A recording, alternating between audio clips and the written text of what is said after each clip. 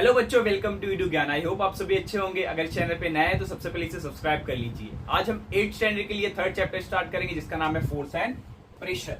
तुम्हारा first topic है force. What is a force? बच्चों, अगर कोई ऑब्जेक्ट है ना, अगर कोई ऑब्जेक्ट है और वो स्टेशनरी पोजीशन पे है, वो तब तक स्टेशनरी पोजीशन पे रहेगा जब तक हम उस पर कोई फोर्स अप्लाई नहीं करेंगे। स्टेशनरी का मतलब रुका हुआ। अगर कोई ऑब्जेक्ट है वो तब तक रुका रहता है जब तक हम उस पर कोई फोर्स अप्लाई नहीं करेंगे। ठीक है, अगर हम उसको पुश करेंगे तो आगे जाएगा, अगर हम उसको खींचेंगे, पुलिंग करेंगे तो भी आगे की तरफ आएगा, अदरवाइज वो स्टेशनरी पोजीशन पर रहेगा। दूसरी कंडीशन ऐसी है, अगर कोई व्हीकल है वो एक ही स्पीड, एक कांस्टेंट स्पीड के साथ एक ही डायरेक्शन पे जा रही है, वो तब तक जाती रहेगी जब तक हम उस पर कोई फोर्स अप्लाई नहीं करेंगे। जैसे हम उस पर ब्रेक लगाएंगे वो रुक जाएगी। ठीक है, तो ये हमारा है फोर्स। तो फोर्स का मतलब है कि देखो, फोर्स अगर कोई ऑब्जेक्ट स्पीड पे है, यानी कि कोई ऑब्जेक्ट रुका हुआ है, देखो कोई ऑब्जेक्ट है अगर वो रुका हुआ है तो तब तक रुकाएगा जब तक हम उस पर फोर्स अप्लाई नहीं करेंगे। अगर उस पर फोर्स अप्लाई करेंगे तो वो मूव हो जाएगा। अगर कोई ऑब्जेक्ट मूव कर रहा है कांस्टेंट स्पीड के साथ एक डायरेक्शन में, वो तब तक नहीं रुकेगा जब तक हम उस पर फोर्स अप्लाई नहीं करेंगे। तो ये फोर्स का इंपॉर्टेंस है बच्चों। आगे हम देखते हैं, एक एग्जाम्पल के तौर पर देख लो। एग्जाम्पल, ये एक टेबल है, इस पे कोई ऑब्जेक्ट है, यानी कि एक बॉल है। ये बॉल तब तक इस पे मूव नहीं होगी, है ना, वो स्टेशनरी पोजीशन पे रहेगी जब तक हम उस पर कोई फोर्स अप्लाई नहीं करेंगे। अगर इस बॉल पे फोर्स अप्लाई करेंगे तो ये इसका डिस्प्लेसमेंट हो जाएगा, यहां से ये यहां पे आ जाएगी। ठीक है, आगे हमारा देखते हैं दूसरा टॉपिक जिसका नाम है contact force. Contact force and non contact force. Non contact force ये इंपॉर्टेंट टॉपिक है।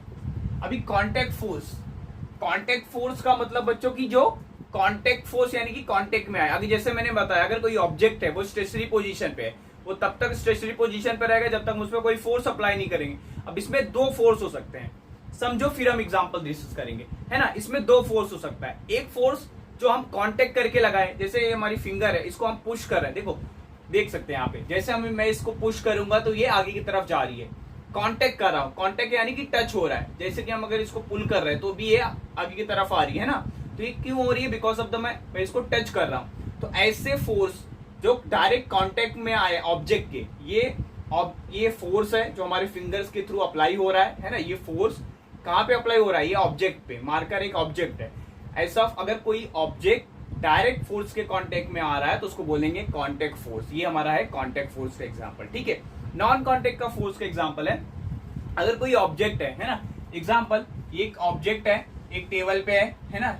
ये एक ऑब्जेक्ट है, वो टेबल पे है, वो तब तक मूव नहीं करेगा। एग्जांपल, ये बॉल है टेबल पे, ये तब तक मूव नहीं करेगा जब तक उसे फोर्स अप्लाई नहीं करेंगे। अब हम इसमें नॉन कांटेक्ट का एग्जांपल है, हम उसको टच नहीं करना है तो कैसे मूव होगा? अगर हमें टेबल को ही हटा दें, अगर हम टेबल को यहां से हटा के यहां पे रख दें तो क्या होगा? ये बॉल नीचे गिर जाएगी। क्यों गिरेगी? ये बॉल नीचे क्यों गिरेगी? Because of the gravitational force. Gravitational force, ठीक है, ग्रेविटेशनल फोर्स की ग्रेविटी की वजह से वो नीचे आ जाएगी। ठीक है, दूसरी कंडीशन और कैसे हो सकता है? विदाउट कांटेक्ट में आए ऑब्जेक्ट को कैसे मूव कर सकते हो? बॉल को कैसे मूव कर सकते हो? अगर यहां से बहुत जोर की विंड आए, है ना, विंड भी, अभी ये फोर्स अप्लाई हुआ, ग्रेविटेशनल क्या है? फोर्स है, ग्रेविटेशनल फोर्स है, इसलिए वो नीचे आई। दूसरा एग्जांपल, अगर बहुत जोर की हवा आई, विंड आई, तो भी ये बॉल कैसा यहाँ से टेबल से गिर के नीचे गिर सकता है ना, से यहाँ जा सकता है। क्यों जा सकता है? बिकॉज विंड भी एक तरह का फोर्स है। डायरेक्ट टच कर रहा है क्या ऑब्जेक्ट को? नहीं। इस कंडीशन में ऑब्जेक्ट को कोई भी फोर्स टच नहीं कर रहा था, लेकिन फिर भी ऑब्जेक्ट मूव कर रहा था। तो ऐसे कंडीशंस को बोलते हैं नॉन कांटेक्ट फोर्स। तो हम अलग अलग एग्जांपल डिस्कस करेंगे इस बुक में जो हमारे सिलेबस में दिया हुआ है, contact force and non contact force का। ठीक है, एग्जांपल देखेंगे, जैसे कि अगर कोई कार है, हम उसको पीछे से पुश कर रहे हैं तो वो आगे की तरफ मूव हो जाएगी। अब हमने इसे कांटेक्ट किया, हमने उसको टच किया, तो इसका मतलब ये कांटेक्ट फोर्स का एग्जांपल है। जैसे हम उसको टच करेंगे, कांटेक्ट करेंगे और उसको पुश करेंगे यानी कि फोर्स अप्लाई करेंगे तो आगे की तरफ मूव होगी। दूसरा, अगर हम कोई डॉग या फिर पपी अगर हम उसको घुमाने लेके जाते हैं तो भी हम उसके फोर्स अप्लाई करेंगे, है ना। एक हम उसको फोर्स अप्लाई करके लेके जाते हैं तो ये भी एक है, डायरेक्ट हम उसको टच करके लेके जाते हैं तो ये भी एक कांटेक्ट फोर्स का एग्जांपल है। और तीसरा, अगर कोई बॉल है, अगर कोई बॉल हम ग्राउंड पे खेलने जाते हैं, वो तब मूव करती है जब उसको किक करते हैं, किक मारते हैं। जब उसको किक मारते हैं तो वो बॉल आगे की तरफ जाती है। ये भी कांटेक्ट फोर्स का एग्जांपल है। नॉन कांटेक्ट का फोर्स का एग्जांपल, बेस्ट एग्जांपल, अगर कोई ट्री है, है ना, एग्जाम्पल पपैया ट्री है या फिर मैंगो ट्री है, तो वहां से अगर आम पक जाता है तो ऑटोमेटिकली नीचे की तरफ आता है। क्यों आता है? Because of the gravitational force. Gravitational force आम को नीचे की तरफ खींचती है, तो आम जो पेड़ पे है वो नीचे की तरफ आ जाता है ग्राउंड पे। इस पे कोई फोर्स टच नहीं किया, लेकिन ऑटोमेटिकली वो नीचे की तरफ आई because of the gravitational force.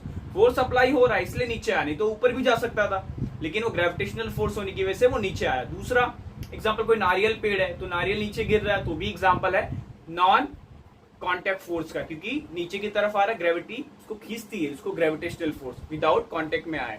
तो ये नॉन कॉन्टेक्ट का एग्जाम्पल है।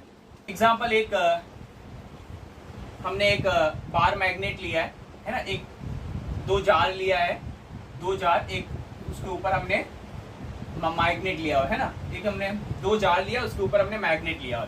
ये नॉर्थ है साउथ है, तो ये अट्रैक्ट होगा because opposite charges are attract. अगर हम सेम बार मैग्नेट के सेम चार्जेस लेंगे तो ये रिपल करेंगे, ठीक है। अपोजिट चार्जेस लेंगे तो ये अट्रैक्ट करेंगे। तो मैग्नेट अट्रैक्ट होने की वजह से ये जो बार ये भी पास में आ जाएगा, ठीक है। जो जार है वो भी प्लास्टिक का पास में आ जाएगा, ठीक है, फोर्स की वजह से। ये भी नॉन कॉन्टेक्ट का एग्जांपल है। तो कैसे लगा आज का लेक्चर? प्लीज कमेंट करके बताइए और चैनल को सब्सक्राइब करना ना भूले। Thank you.